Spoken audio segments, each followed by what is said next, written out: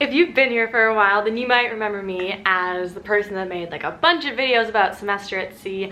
I went on that study abroad program when I was 19 in my sophomore year of college, and I really caught the travel bug during that whole process.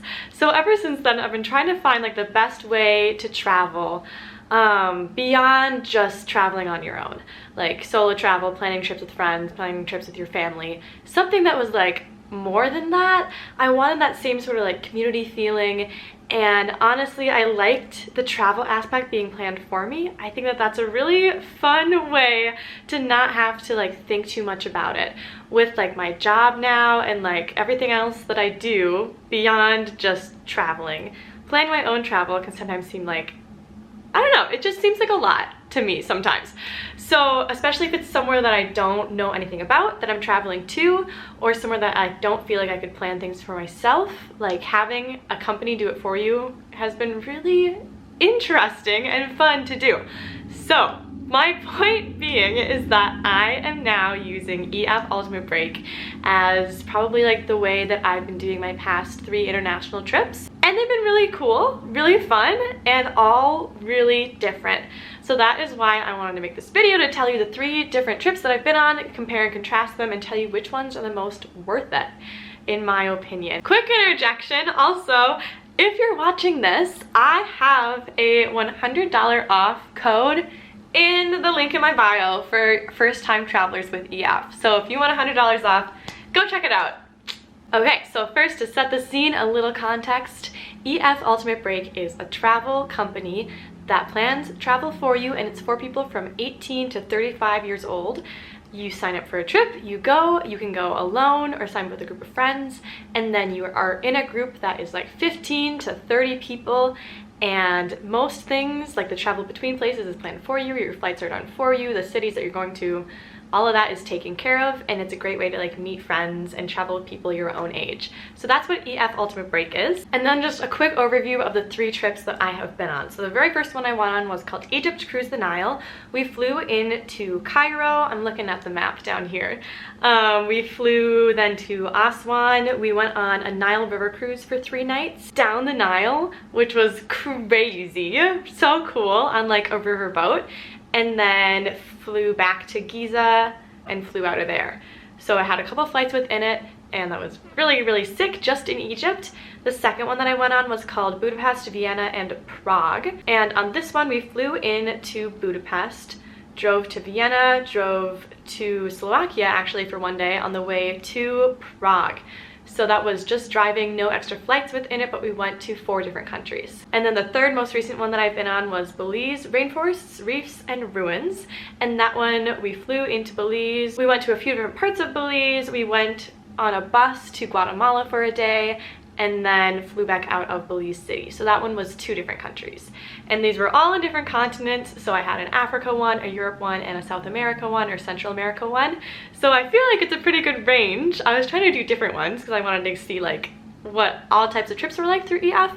So now I feel like I have a good idea of what these trips are like. One other final thing to call out between these trips before we actually get into it is that I did the plus type of trip for my Egypt trip, so that is like the higher tier of trip, and then I did essential through EF for my Budapest, Vienna and Prague one and my Belize trip. So the difference between plus versus standard or essential is that plus you'll have like 5-star accommodations, super nice places that you're staying, and then essential will be like hostels is what they say. You can have like up to 10 people in a room if you book an essential trip. So that is just something to keep in mind. Plus you only have 1 other roommate, maybe none. Essential you can have up to 10 people. But I never had like 10 people in my room, but it was more roommates for sure, and like less nice places to stay. Okay, so the first thing we're gonna compare between these trips is how much they cost, and then with how much they cost, how much was included and how much I think that price was worth it versus booking it on my own. So the very first one we'll talk about is Egypt. When I went, it was actually under $4,000. I think I booked it on Black Friday and it was maybe like $3,600, including the flights. Now the lowest that I'm seeing with flights is $4,600. So the prices have increased since 2023. And this is not Black Friday yet, so it might be cheaper in like a couple days. But $4,600 is the price that I'm seeing right now, and that is on the middle to high side for EF trips. So just like price-wise, it is a bit high, but the thing about my Egypt trip that I love so much and why I think it was like a great one to do through EF Ultimate Break is that everything was included. Every meal was included. I never like spent money outside of like buying this trip on food, on like going out, on anything like that. It was all included. All of the activities were included. Every minute of the day was basically planned out for you, which for some other trips would kind of suck, but for Egypt it was very nice and helpful. We even had a security guard with us the entire time on the bus. This is actually like a rule that they have in Egypt for United States tour groups, is they have to have like an armed security guard with them. So that was like included in it as well. Literally everything was planned for us. So everything is included in this price. So that is why I think this price like isn't that bad. It's still like a ton of money, but like considering the fact that there's 2 flights within the country and that every single meal is included, I feel like price-wise this one still makes sense to me. For Budapest, Vienna, and Prague, the total price of the trip that I'm seeing on their site right now is from $3,500 to $4,100. So this one, honestly, like it was an amazing trip. All of these trips that I've been on have been so much fun, but during it, like I was kind of like, where was this money going? We stayed in hostels, and like you can stay in hostels for $15 to like $25 per night, sometimes even less. So it wasn't going towards accommodations. We were given transportation cards in each city we went to for like public transportation. But you can get those for like $15 a day or less, so it wasn't going towards those. We had a couple included meals, and like the breakfasts at the hostels were included, but like that's part of the hostel price, so it wasn't going towards that either. I was like a little bit just like, I don't really know why it costs this much to travel to Europe with a tour group. I would still, like, I loved going there, but at the same time, like, I feel like the Egypt one, even though it cost like a little bit more, was way more worth it because everything was included. Every activity, every meal. I just feel like I could have done the Budapest, Vienna, and Prague one on my own for cheaper. We were on like coach buses when we were driving between cities, and the fact that it was planned for me made it really nice. I would have probably taken trains, and that probably would have been like at least $30 one way between each city. This was one where I was like, the price, I'm a little lost on why it's so expensive. Maybe the flights? I don't know. And then Belize, this one on their site, everything is around $3,000, and there are some that are like $2,900. So this is definitely on like the cheaper end of trips for EF. And my trip, I think, was 10 days, maybe 11. Like, it was a pretty long trip, and for that price, like, I thought that this was a pretty good deal. Like I said, we went to 2 different countries. There wasn't public transportation between the cities or like in the cities. There was just like taxis. So there weren't like the same kind of public transportation and things that you could plan yourself like you probably could have if you were in Eastern Europe on your own or like with some friends outside of the tour group. So getting around from city to city in Belize, I found to be way more difficult if we weren't on a bus. Like, it sounded as though people either took like little charter planes, they took ferries between islands, or you had to like have someone drive you in a taxi or rent a car. But like each place we went was probably like 1 to 2 hours in the car to get to the places within the country. So for that alone, I would say that this price is more worth it. The second thing we'll be comparing between all of these trips is how much extra money I spent. So for Egypt, like I said, I spent like no additional money. You have to like tip your tour guide, of course, and you can buy like souvenirs and like some little snacks. But honestly, I think I spent like under $100 extra USD. Like, I really didn't spend any other money except for what I booked the trip for. So I would give that like a 9 or 10 out of 10. Like, I spent no extra money. For Budapest, Vienna, and Prague, I spent, I think, like $600 or $700 beyond like the base price, and that was what it was. Like, everybody spent extra money on meals, of course, and on like activities that we wanted to do, going out to bars and things like that. So I would definitely say to be prepared to spend at least like 600 bucks extra beyond the trip price that you're booking it for. And then in Belize, I think it was around the same amount. I may have spent like 500 to 600. It wasn't quite as like cheap. Like the comparison dollar to dollar I think was like 2 to 1 or something like that. Belize to USD. I kind of thought it would be like a better comparison, or things wouldn't be that expensive. Things were not like super cheap when you were buying drinks or anything. So that is something to keep in mind as well. Like I still spent a fair amount of money beyond just like the base price, but we were like buying like pina coladas on the beach and like things like that. So again, like 500 bucks isn't like a ton to spend extra on a vacation, but like thinking that I already spent like $2,000, $3,000, like it kind of adds up. So I would just say, keep in mind, if you're gonna book something like these, some trips like Egypt, and I'm sure other ones like Jordan or like Turkey would have like more included. Other ones in like Europe, I would just expect very little is included. You're gonna be spending extra money. Now, rating the accommodations, keep in mind what I said about like a plus trip, like my Egypt trip versus like the essential or standard for my other two. Egypt was the nicest places I've ever stayed in my entire life. Like I know it was a plus trip, but these were like insane resorts. 5-star, so beautiful. 10 out of 10 places that we stayed on that trip. And then like sleeping on the actual Nile river cruise, it was like a cruise ship, like a bougie cruise ship for like a couple nights. 10 out of 10, so nice.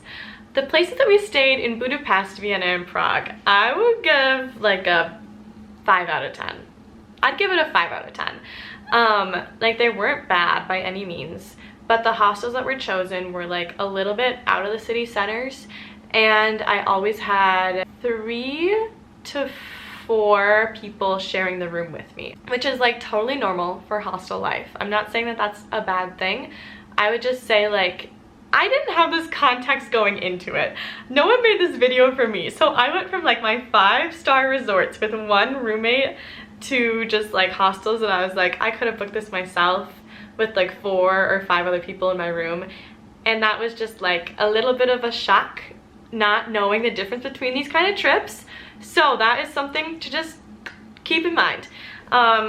It's not always going to be like that, because then I went on the Belize trip, which was also like the essential or standard trip, and like the accommodations weren't like 5-star, but they weren't really hostels either. Like they were still pretty dang nice. So I would give them like, okay, one place we stayed was like gorgeous. That one was a 10 out of 10, but like the others were like pretty nice. So I would still give them like a 7 or 8 out of 10, honestly. Like I was shocked that it was like still like a standard or essential trip, and we were staying in such nice places on the islands and in like the main cities. And on that trip I never had more than 2 roommates. I had like 1 roommate at one place, 2 roommates, and like 1 roommate at the last place. So that was also just like, I don't know, it was nice that I didn't have to pay a ton extra for like the plus trip, but still had really nice places to stay. So that was really good accommodations wise. Okay, extra activities. We'll talk about Egypt first. The extra activities that I paid for were a hot air balloon ride and then a trip to like the Nubian village. And I think these were both, actually I have no idea how much they cost. Maybe like 50 to 100 US dollars extra to go on these things. I loved both of them. I thought they were amazing. They were the best. And then everything else was included, so I was like, perfect. Again, 10 out of 10. And then Budapest, Vienna, and Prague. Honestly, I don't remember if there were any activities that you like booked through the EF app ahead of time, but our tour director on the trip had like options for us that he chose. And one was like a night cruise, one was like this fun medieval dinner when we were in Prague, and one was like a orchestral concert. These options were not worth the extra money, I have got to say. Like the boat cruise was okay, it was at night and it was like pretty to see everything. The concert I honestly didn't go to. I was like one of the only people that didn't book it, but everyone came back and was like, that wasn't worth it. We were just like in a room. It wasn't like we were at the actual like orchestra or anything like that. And then the medieval dinner was pretty fun. But I would just say like those options to me were like a 6 out of 10, compared to like the other things we just like did on our own and saw on our own. I thought they were a little like lackluster. And then Belize, we had like a food tour and snorkeling through EF. The snorkeling was amazing, 10 out of 10. The food tour was like fine.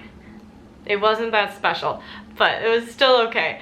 And then the additional things that our tour director like gave us options to do was like another snorkeling day, which we all did, which was again great. A chocolate tour, which is like fine, and then like a zoo, which was like good to see, but also it shouldn't have been like 50 extra bucks.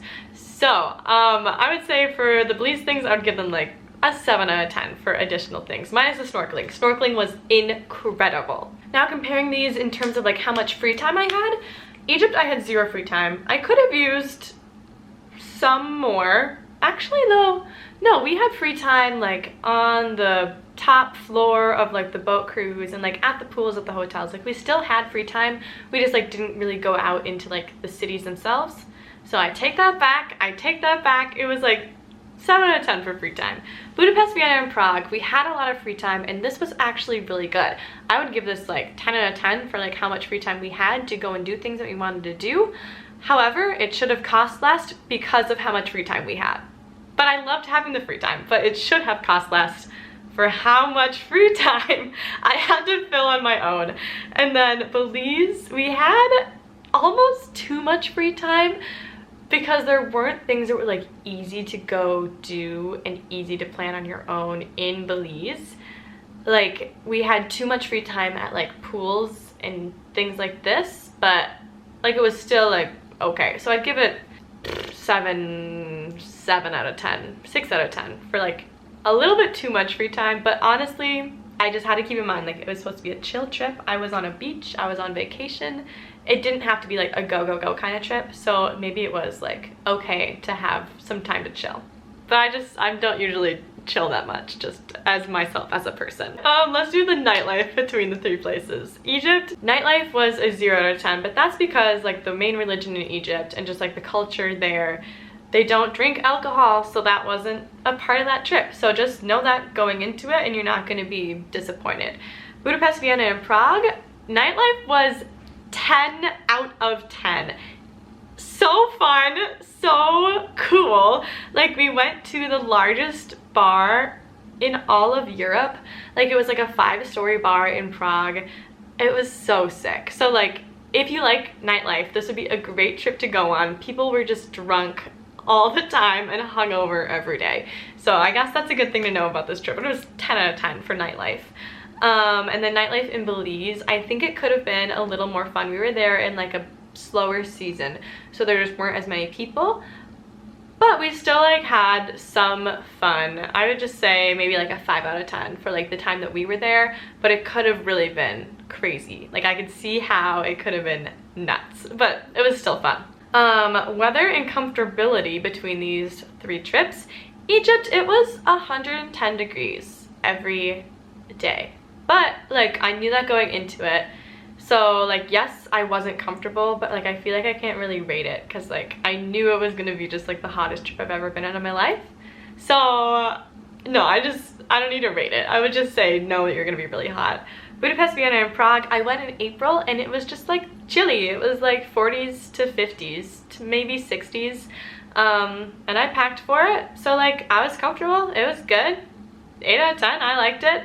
And then Belize, I went in September and it was humid. It was like walking through a bathtub. Again, maybe I should have known that. Maybe I should have known that humidity was like at an 80% humidity when I was going. I don't know. It was just really, really humid. So we can give it like a 6 out of 10. I should have just known. I should have just been prepared for that. It's like a tropical place. Still though, just know that you're gonna be pretty hot when you're there. And then safety, I would give like all of the trips a 10 out of 10 on safety. I never felt unsafe on any of these trips. And then the last thing that I want to talk about is just like group makeup. Types of people between all of the trips have been very similar. I've always had like one person or more, but like one person that I really click with, that I really love, and that like I feel like is like a best friend leaving. So like that has been awesome. There have been like a few couples on each of my trips. And then just like a pretty wide range of people. I'd say like the average age that people go is probably like 27, 28. The youngest person I had on my trip was, I think, 19, and the oldest we had, like, in Budapest, Vienna and Prague, like a 34 and a 35-year-olds. They were like at the top of the age range, but I think most people that go are like 28, I would say. So I feel like I'm still like on the young side, which is like silly, and everyone's always like, you're so mature, and I'm like, oh, stop it. So yeah, you can't really rate that either. I just think the groups have been fun, and like I've met friends on every single one, so like it's been nothing to complain about. So that was my overview and my comparing my 3 trips that I've been on. If I had to choose a favorite, like I don't know if I could, because I've just loved all of them so much. But what I will say about EF trips or group travel in general is that it might be better to book trips that you feel like you couldn't do on your own. So that's why like my Egypt trip was so amazing, because I could not have probably traveled to Egypt on my own, planned things, known how to get around, stuff like that. I think I could have gone to Eastern Europe on my own and gotten around and planned things myself. Do you see what I'm saying? Like, I loved all of them. I'm gonna keep doing like all types of EF trips, I'm sure, and keep going to different continents just like I have been. But I would say that like the tougher ones to do on your own, I would say are better to do through EF. So I hope that this helps. Please leave questions in the comments and I will answer like as many as I can, or do like a Q&A video later on, because I am now a professional, as you can probably tell. So please leave questions below, and I'll see you guys in another video.